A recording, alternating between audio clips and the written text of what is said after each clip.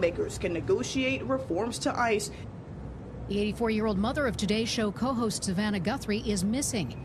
In Pima County, Arizona, where Nancy Guthrie lives, Sheriff Chris Nanos tells CBS News he believes she was abducted and did not go willingly. We believe now, after we process that crime,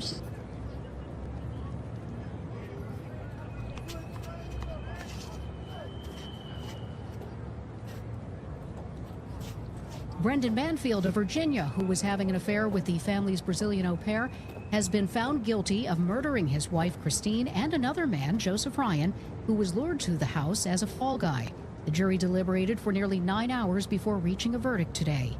During a signing ceremony in the Oval Office, President Trump was asked about the latest release of files related to Jeffrey Epstein. Frankly, the DOJ, I think, should just say, we have other things to do, because that whole thing has turned out, other than Bill Clinton and Bill Gates and lots of people there are a lot of questions about it, but nothing on me.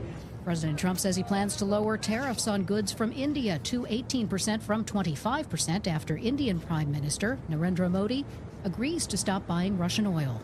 Stocks closed up on Wall Street today. This is CBS News. Real crimes, real justice. Follow and listen to 48 Hours on the free Odyssey app or wherever you get your podcasts. Ask yourself this question. Is it really worth holding on to that timeshare that you know you need to get rid of? Here's the truth. The average maintenance fee just went up over 17%. That could have been 117%, and there's nothing you can do about it. When you buy a timeshare, you give them a blank check for annual maintenance and assessment fees. I'm Chuck McDowell, founder of Wesley Financial Group. For 15 years, I've helped over 50,000 families cancel their timeshare. Not sell it, not transfer it, cancel it. Did you buy a timeshare because they told you it was a great investment and your maintenance fees would never go up? That's a lie. Are you ready to get rid of your timeshare once and for all? Simply call us and I'll send you our timeshare exit kit that explains all your options for cancellation. Call Wesley now for your timeshare exit kit. 800-990-3434. That's 800-990-3434. Good afternoon. A couple of accidents out here. It's definitely busier than what we've seen in a while with that traffic volume out here in a couple of spots where it's running slow on 40 East and West. Over here at Fessler's 24 West and Ellington Parkway's bogged down pretty good. It's been slow on and off. It looks like it's easing up a little bit on 24 East at Sam Ridley on an earlier problem through that stretch of Rutherford County. Stein Dental Care in Nashville. That's where I go, and so should you. Google Stein Dental Care Nashville. I'm Commander Chuck with your on-time traffic.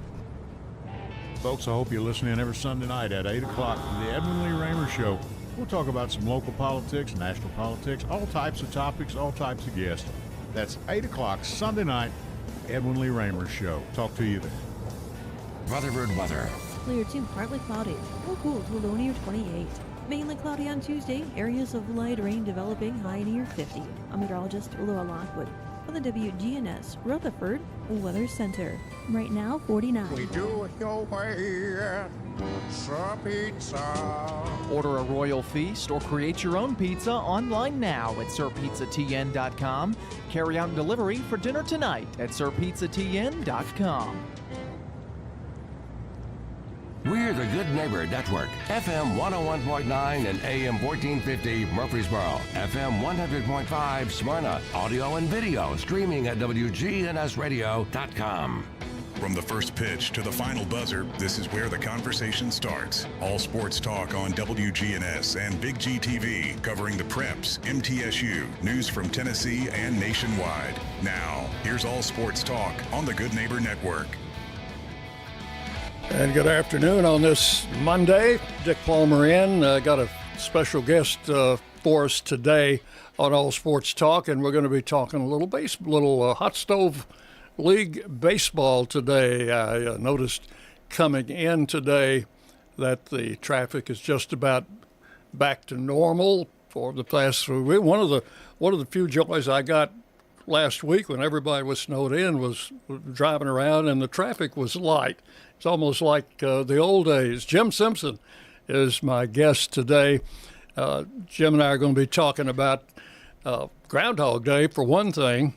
And this is Groundhog Day, Jim. It's actually the very day. It is. And this is a special day for MTSU baseball.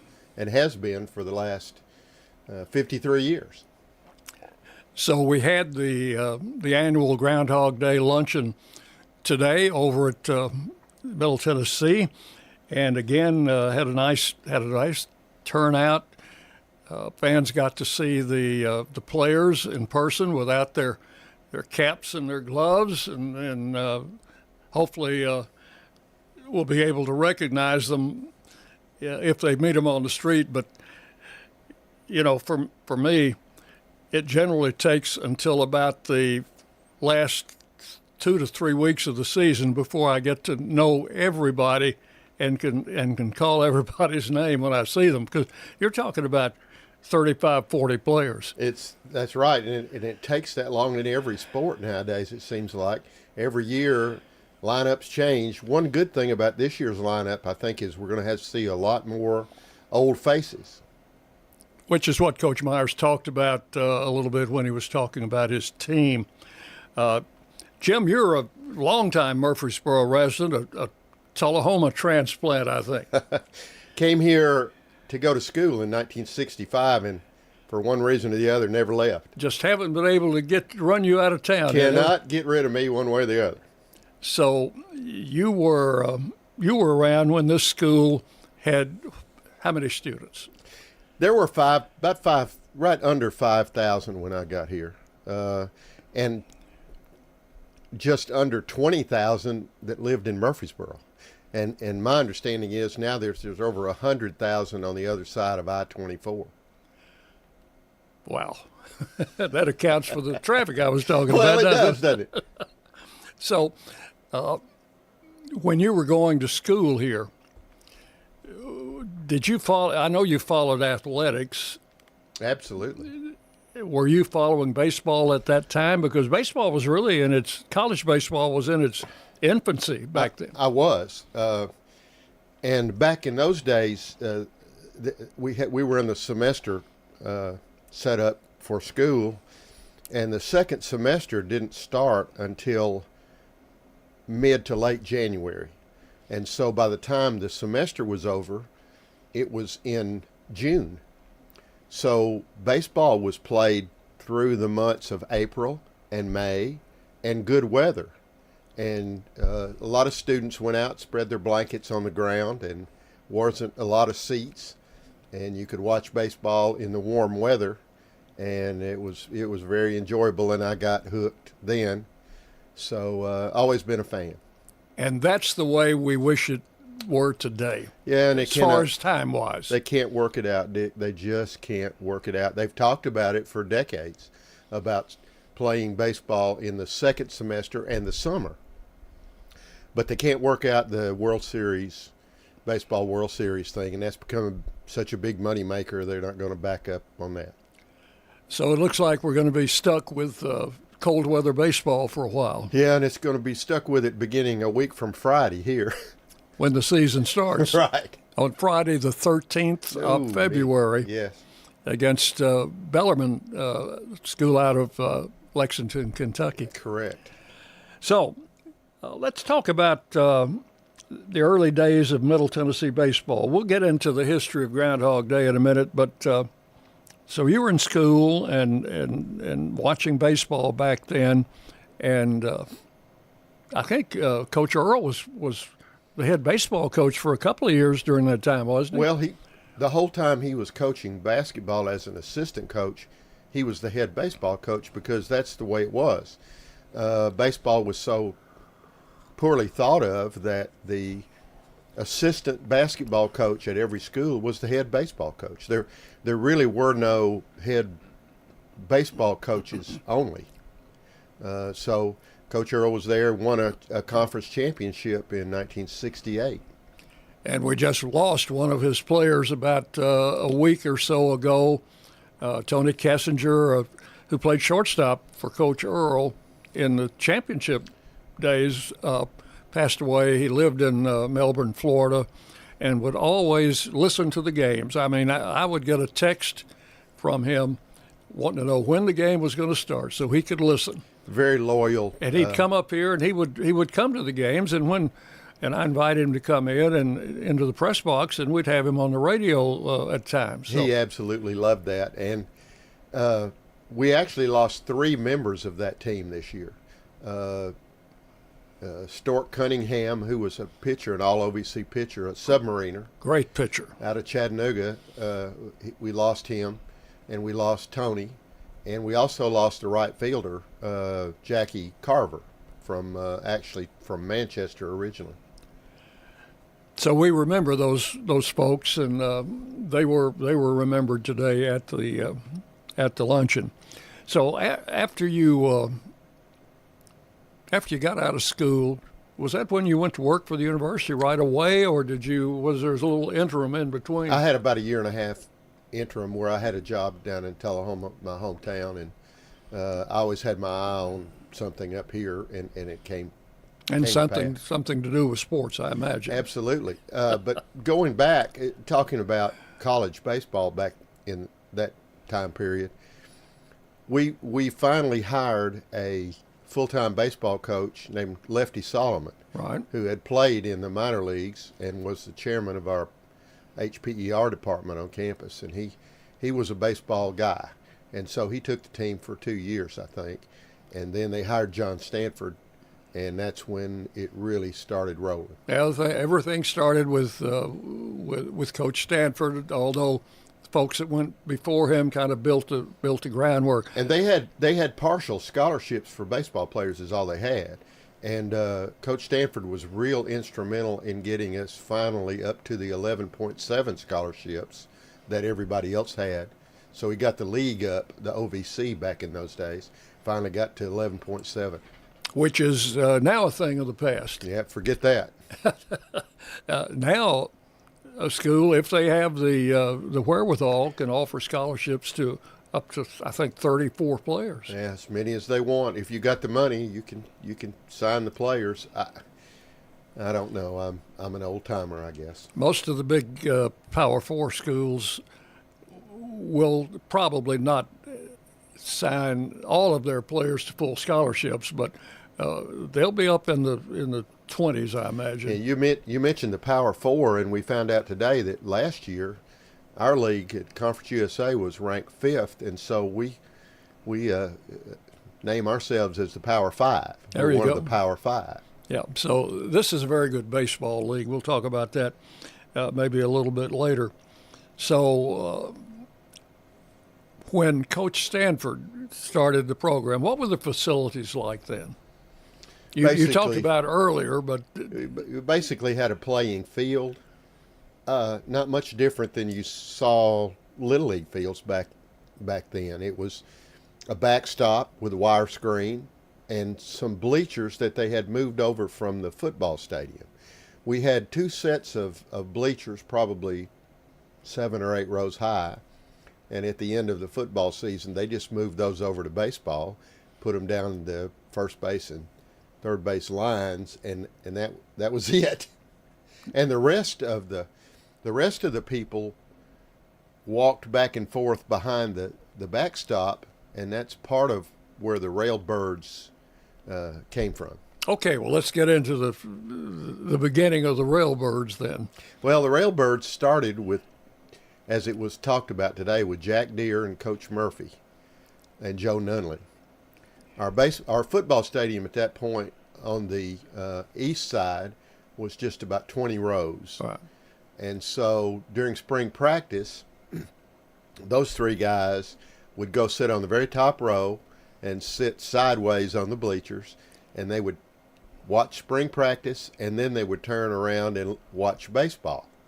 And so they would chirp and talk to the players and give them unwanted advice in the outfield, and so they got nicknamed the Railbirds. Was there an outfield fence at that time? No. We had an outfielder on Coach Earl's 68 team.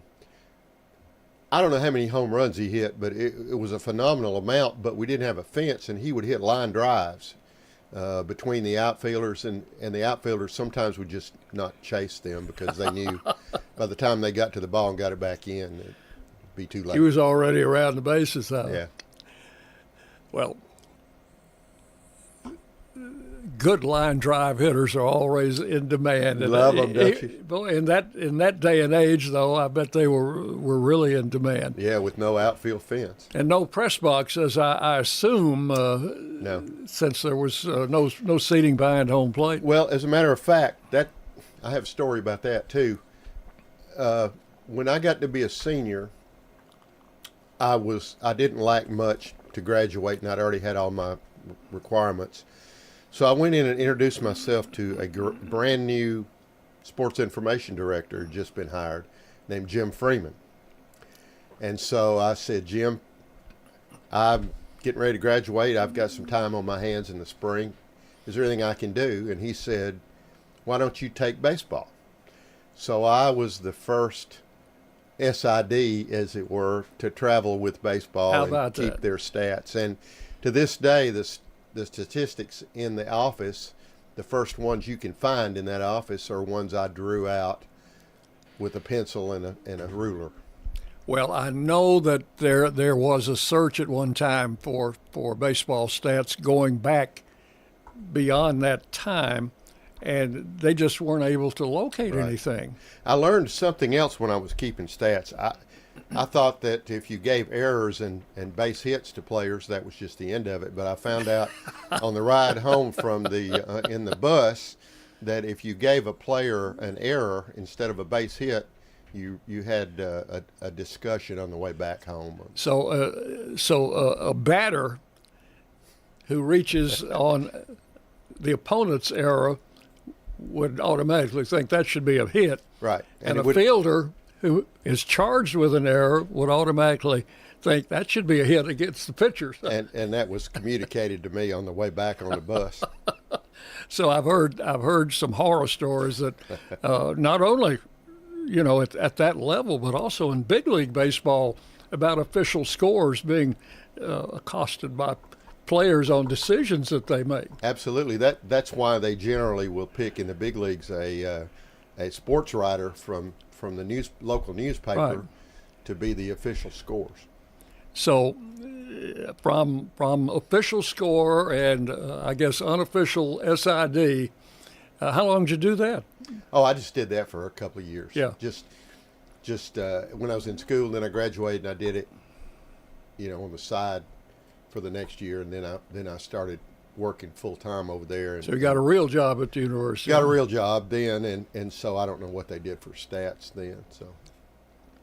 Well, we have a record book, and it does go back to those 70s, but that's about as far back as it goes. 1969 was my year that those stats are still over there. Yeah.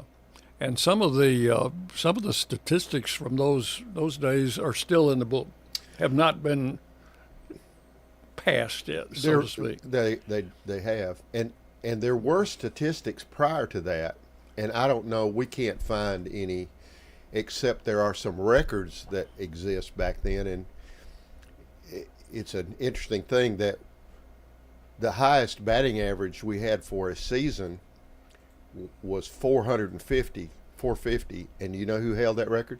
No. Teddy Morris. Ran into him the other day. Well, I'll talk to you about that later, but we're going to take a break. Jim Simpson is my guest. We'll be back as All Sports Talk. We'll continue right after this.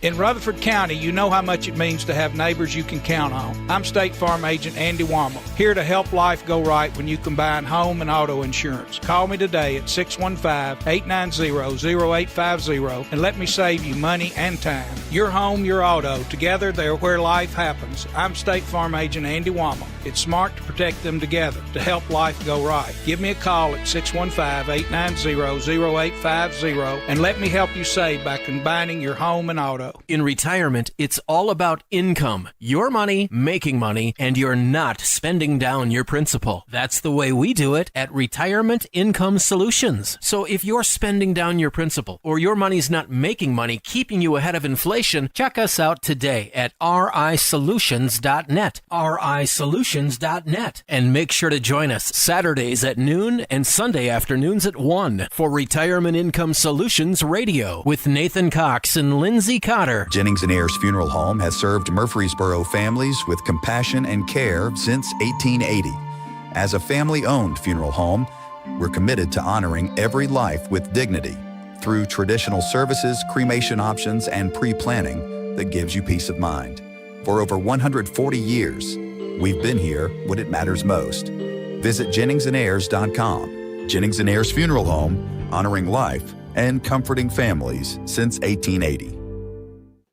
Whether you need general vehicle upkeep and maintenance or a complete vehicle overhaul, Hall's Auto Care is here for you.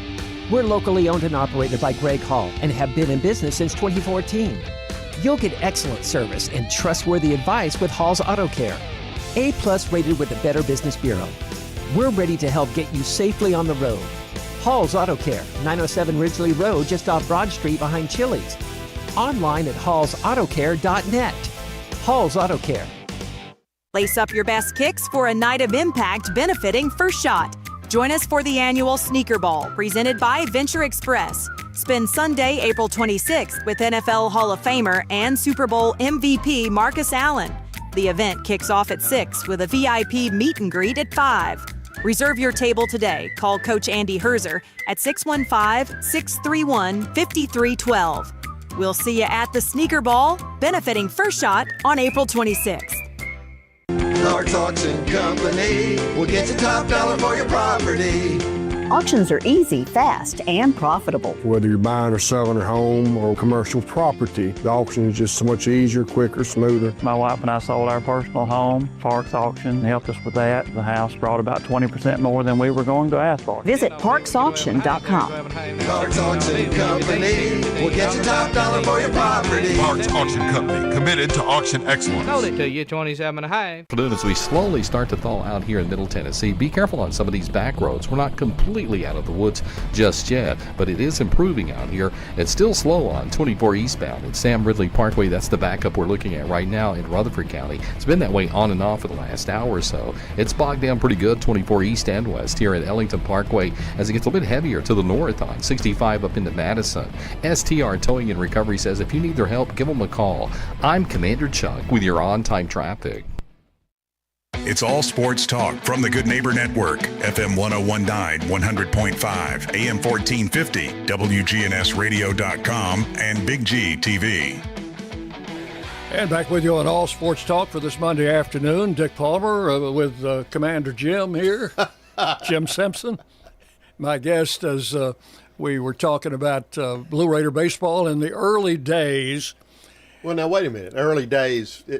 It is not necessarily our early days. We went on much older than the early days of baseball at Middle Tennessee. Okay, we'll get that straight. So let's go back to the Railbirds and how they you told how they got started. How did they get that name? Well, there's always been a name for kibitzers in baseball, and it's always been the Railbirds. We didn't originate that. Stanford didn't originate it. Coach Murphy and Nunley and Jack Deere didn't originate it, but we just kind of commandeered it. So you were the unofficial conscience behind Blue Raider baseball then. Well, and they decided Stanford was behind all this. He was a promoter. He was a great promoter, and he made people care about college baseball, much like Coach Insel has done with women's basketball. And so he promoted it, and he started that, and when he caught on to the Railbird moniker, that was just a way to recruit. And so there were a bunch of faculty members and townspeople that could come out to the games. There were no lights on the field, so it was all afternoon. So a lot of faculty members would come over, and a lot of those people joined the Railbirds, which was unofficial. And they talked to Kelly DeMint over at the bookstore, and they designed a jacket. And so they were selling jackets. And so all of these people wound up buying a Railbirds jacket. And so that was how they were recognized at the ballpark. And that tradition continues as on every Groundhog Day luncheon, some friend of Blue Raider baseball is given a Railbird jacket. Quite an honor, too, by the way. Absolutely. And the recipients today couldn't be more worthy of that award. Don and Hannah Witherspoon, they're just about every game. Every game of every sport. Yeah. They follow football. They follow men's and women's basketball. They follow tennis. They follow soccer. They follow whenever Blue Raiders are playing, they're around. And Miss Hannah will always bring homemade cookies to the people in the press box, including the radio booth. And John Cowell and I really appreciate that. Yeah, we get fresh homemade cookies every game that she attends. They're always cooking and bringing something. So, all right, tell me about the very first Railbird Luncheon. How did that come about? Well, it was Stanford's first year, and like I said, he was promoting, and he had a few people that were interested, and he became friends almost immediately with Paul Cantrell, who was our dean of students, and Doug McCauley, who ran Aramark Food Services. And Doug was an old country boy catcher, and he loved baseball. And so they were sitting around saying, you know, we need to have an event to get things going to support baseball. So they came up with this idea, and they didn't promote it at all. They just kind of passed the word around to some railbirds, and they were going to have country fixins, which was the very same menu that we had today. White beans and cucumber and tomato salad and onions and ham hocks. And so they did. They cooked it up there and had it in the. Actually started out in dining room B. There were 3 dining rooms in the old student union. There was the Tennessee room, which was big, would hold hundreds of people. Dining room C, which would hold a fair amount of people, maybe 100, maybe not that many. And dining room B, which was just very small. And that's where it started? Started in dining room B, and there were 12 people there. And they just shot the breeze, and John would talk about, he was a great talker of, and telling Cajun stories. Oh, he could tell tall tales all day long. He could, and they were all true. And he grew up on the 2 Mile Bayou in Louisiana. And he was one of, I believe, 13 children. He was the oldest of 13 children. He tells a story about the day he went to his first grade class, and they lived out on the bayou. And his mother took him out in the backyard and pointed toward a direction and said, "Now you walk in that direction." She couldn't go because she was always pregnant. And so she pointed to a direction and said, "Now you go, then, and you'll run right into the school." So that's how he got to his first day of first grade. So we talked about baseball, and we talked about stories, and it was a fun time. So they did it that way for a couple of 3 years, and then it began to get a little bit bigger, and actually more faculty members than anything. And it was a way for them to eat ham hock and white beans, and hear some good stories, and hear some good stories at lunch. So it grew a little bit, and then they decided to have a program. Now that was a big deal. We had a program, and they invited a physics professor to come over and describe the actual physics of a curveball, and that was a giant failure. Nobody paid any attention. Nobody laughed. Nobody groaned. It was just awful. But anyway, we all got together and ate, so it was good then. It'd be just like somebody trying to come in and explain all this new digital stuff, you know. He went into the greatest of detail to explain all this stuff, which none of us cared about, actually. But then again, in another year or two, the secretaries in the president's office, Aldine Phillips and Carlene Henry, they had been hearing about this lunch, and they kind of were asking questions, and, you know, what do y'all do? And we talk about baseball. And so up until then, there were no ladies in attendance. Absolutely not. It was, I think they set it up that way. and so Aldine said, well, can we come? But we later found out, thought she would have asked sooner, but she thought we were actually eating groundhog. And so she, when she found out that we weren't eating groundhog, she thought, well, hey, we want to go. And so they came, and now the next thing you know, secretaries across campus and other people started, and it started growing and growing and growing, and it grew to where it was literally hundreds. We moved from dining room C to the Tennessee room, which was a big room. Then we moved to the Murphy Center, and then they built the new student union, and that's where we are today. I think my first groundhog luncheon was in the Tennessee room after I moved back to town in the late 70s, and I think they were having it in the Tennessee room at that time, and then I remember the days at the Murphy Center too.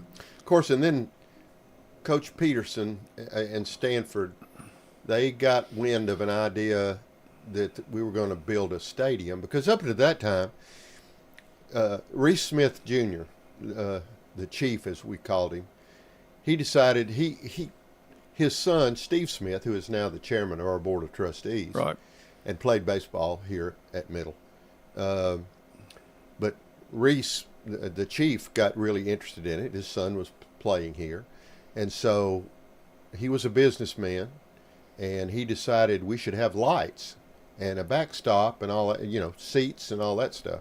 So he and Stanford collaborated, and they were great friends. They became great friends. And Reese was a real helper to Middle Tennessee baseball. So when did night baseball actually come about? You don't have to pinpoint it. I know when it was. It was in 1981. Okay. In 1981, he had funded by selling outfield signs and so forth and so on. They built an outfield wall, which I'm sure was no fun for outfielders to run into. So before 81, there was no outfield wall? No outfield wall. Wow. And so they built an outfield wall. They built a proper backstop. They built proper dugouts. Scoreboard? You had the football scoreboard. They got a new football scoreboard, so we got the old football scoreboard. It was pretty much ours and theirs. That was about it. And they built some premium seats, which were 3 rows behind the backstop, elevated a little bit, that they sold, trying to raise funds there. Right. And then they built an aluminum stands that seated, I don't know, a couple hundred. And then they sold tickets there. And then they built a wooden press box on top of that. And it served the purpose for a while. Yes, it did. And that was the first press box I think I worked out of when I would do baseball occasionally. I didn't start doing baseball from start to finish until 06, I think. Wow. Was my first year. But before that, I remember the old press box, and I would come in and do a game occasionally, and we could talk about the year of the bus, I guess. I was going to. But that was on down. That was down the line a little bit. That was when they started the new stadium. Yes. And they had to tear down the old one. They brought a school bus out there and parked it sideways in right field. And that was our press box. That was it. But it was only 1 year, right? Thank goodness. Yeah, that was quite an experience. But we're getting a little bit ahead of the story, I think. But when the lights came on, did that spark a little bit more? Oh, absolutely. Surge in attendance and that sort of thing? And at that particular point, I guess it was a perfect storm. We were really good. As a matter of fact, I think we played 7 SEC schools that year and beat 6 of them. And so we were really good that year. And DeJuan Brazelton was pitching. And he wound up being a All-American. All-American and a first-round draft pick.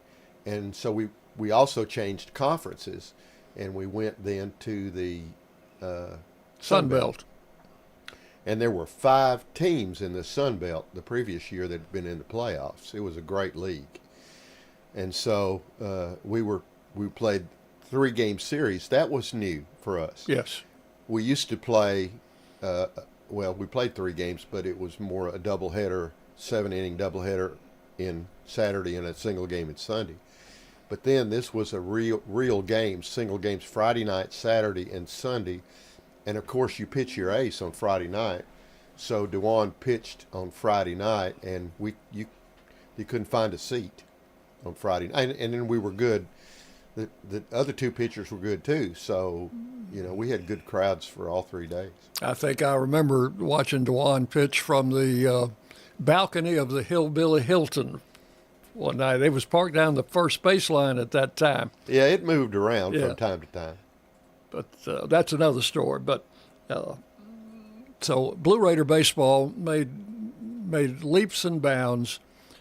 Coach Peterson was here with Coach Stanford, left to coach junior college, then came back under Coach Stanford again. And when John retired, then Pete took the reins and was here for over 20 years, I think. Yeah. And Coach McGuire was here then after that for, right.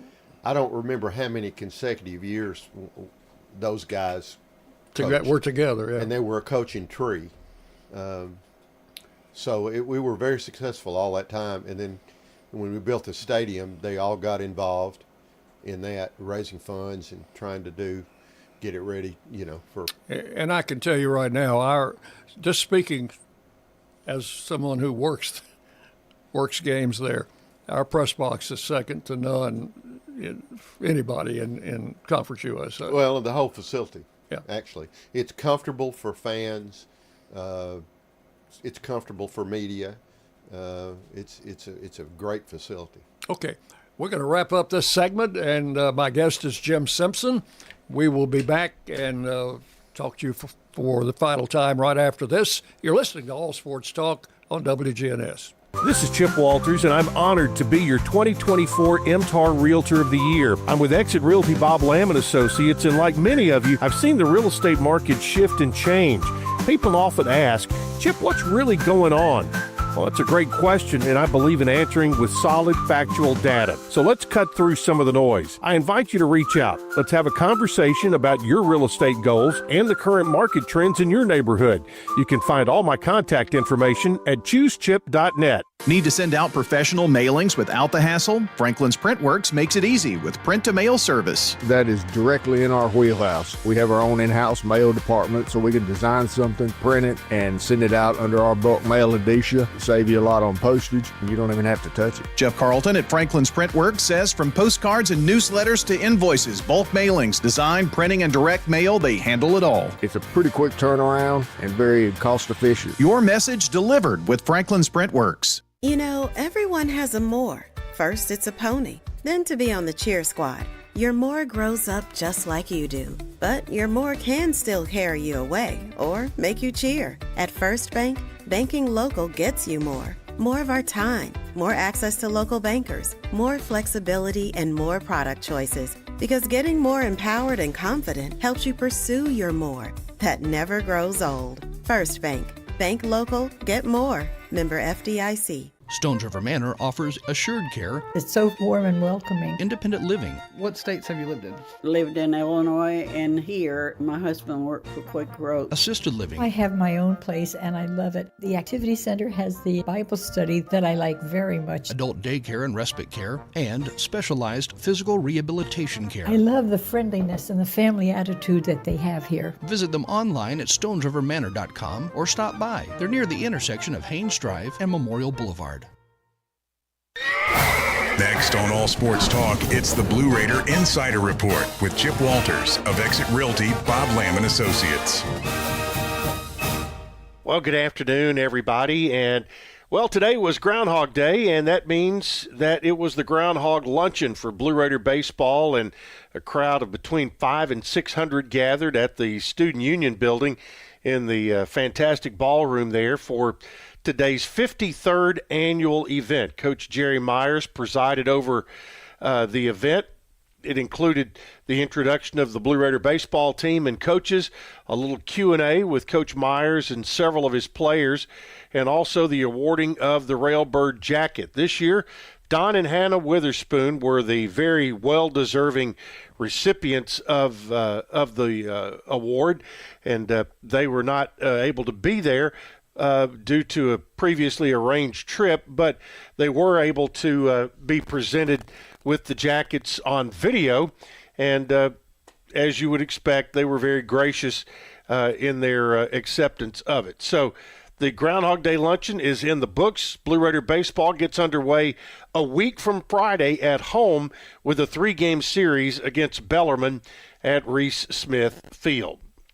All right, turning to basketball. Tonight we've got our coaches' shows at the Boulevard. Women's basketball at 6 o'clock with Coach Rick Insel, and the men's show with Coach Nick McDevitt beginning at 7 o'clock. But after a dominant performance and a rivalry win, Middle Tennessee freshman guard Blair Bogus has been named the Conference USA Freshman of the Week again.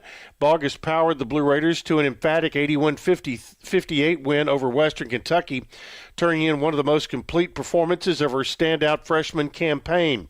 The Waynesboro, Tennessee native finished with 15 points and a career-high 17 rebounds, adding 2 steals, a block, and an assist, while anchoring Middle Tennessee on both ends of the floor. Through the season, Bogus has firmly established herself as one of Conference USA's most complete freshmen, combining scoring, rebounding, defensive presence while playing a key role in Middle's success. Coming up next, Thursday, the Lady Raiders travel to Missouri State for a 6:30 game. You can, of course, hear that on the Blue Raider Network. On the men's side, a win in Conference USA is always sweet. It's even sweeter if you can get it against your outright rival, but the Blue Raider men unable to hit free throws down the stretch and lost at home to Western Kentucky 65-60.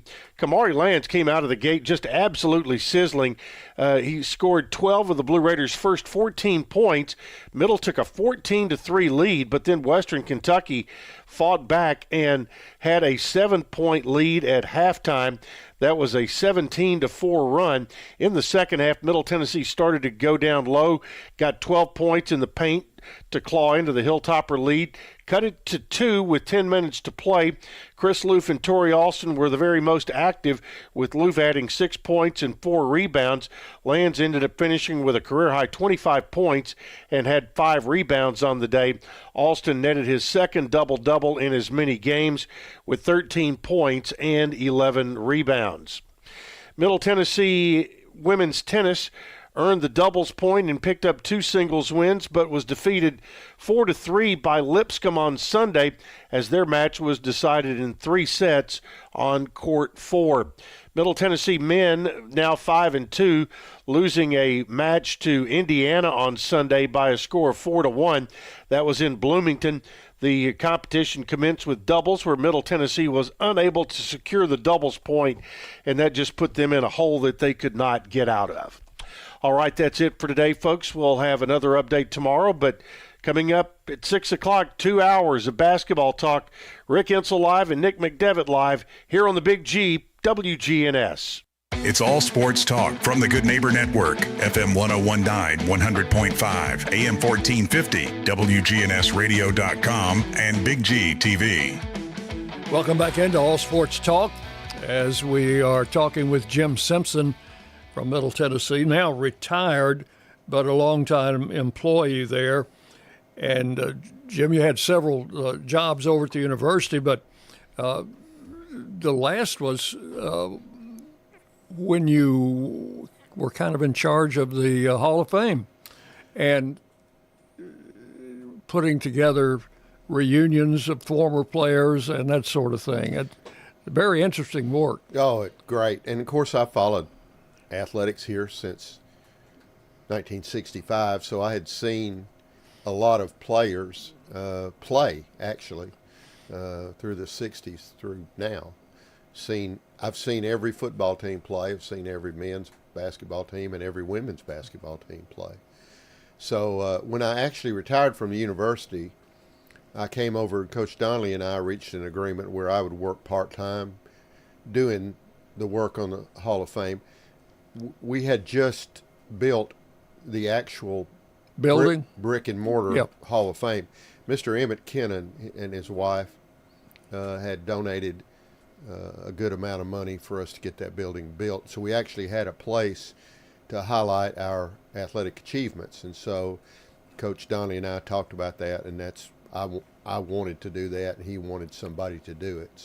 So how did the Hall of Fame exhibits come together? I know because this is something that every Hall of Fame is a little different. Correct. in the way they exhibit. I got to go up this past summer to the Little League Baseball World Series and went through their museum, and it was tremendous. And I just wonder how all this comes together.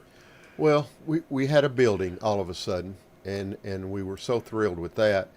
And what we decided to do was invite companies in to give us an idea of what they could do. We knew how much money we had, and we were neophytes in that we really didn't know what we were doing. But we asked companies to come in and tell us what they could do with this amount of money, which was kind of backwards from what you think we would do. Normally you would think you would tell a company, this is what we want to do. Yeah. How much will it cost? Well, we did it the reverse, and it worked out. 1220 Exhibits out of Nashville was the winner. And we decided to do kiosks. So we did, I think, originally 5 kiosks. Now we have 6. We did a display in the middle of the floor for our actual Hall of Fame, and the rest was just our history. And of course, you're always limited by the amount of money you have, and we need to do more in there now, but we just don't have the funds to do it. But anyway, the Hall of Fame then was kind of separate from the exhibits that house our history. Okay. Because every bit of history, those people are not in the Hall of Fame. So the Hall of Fame is separate. And the Hall of Fame was started in 1976 by Jim Freeman and Homer Pittard, who was a faculty member and later an administrator, and Joe Nunley. They had decided that there needed to be a athletic Hall of Fame. And so they went about doing what the whatever qualifications they had at the time that decided to do it. And so they started electing Hall of Fame members, 3 in a class. And so they went 3 for many, many years until I got there, and we decided we're getting way behind. We've added all women's sports. We've been into bowl games, and we've been to NCAA basketball playoffs and baseball playoffs, and we're losing track. So we increased it to, we now do 5 plus a Legends, which is anybody that's been out for 40 years and is deemed worthy. We have 2 committees. The first committee will glean it down. We make up these committees of as many alumni athletes in different sports and different decades to come in and do the work and examine these nominations, and then come up with a pared down group. And then a second committee of completely different people come in, and then they do it by a point basis. It's voted. It's very complicated. So you're speaking in present terms, so I assume you're still involved with that. I still do that, yes.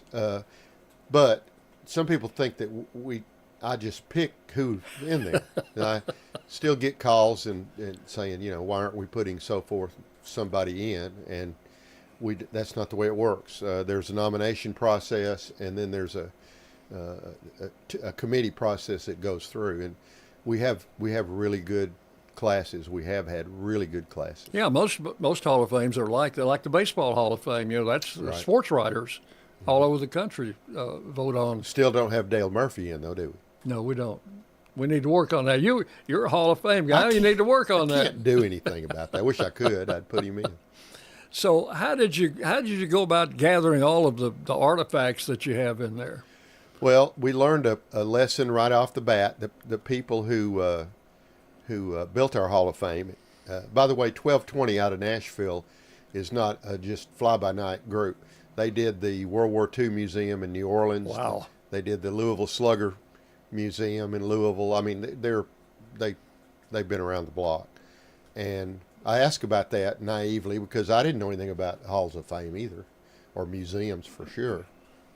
And so I said, we need to ask for artifacts. And they told me real fast, no, don't.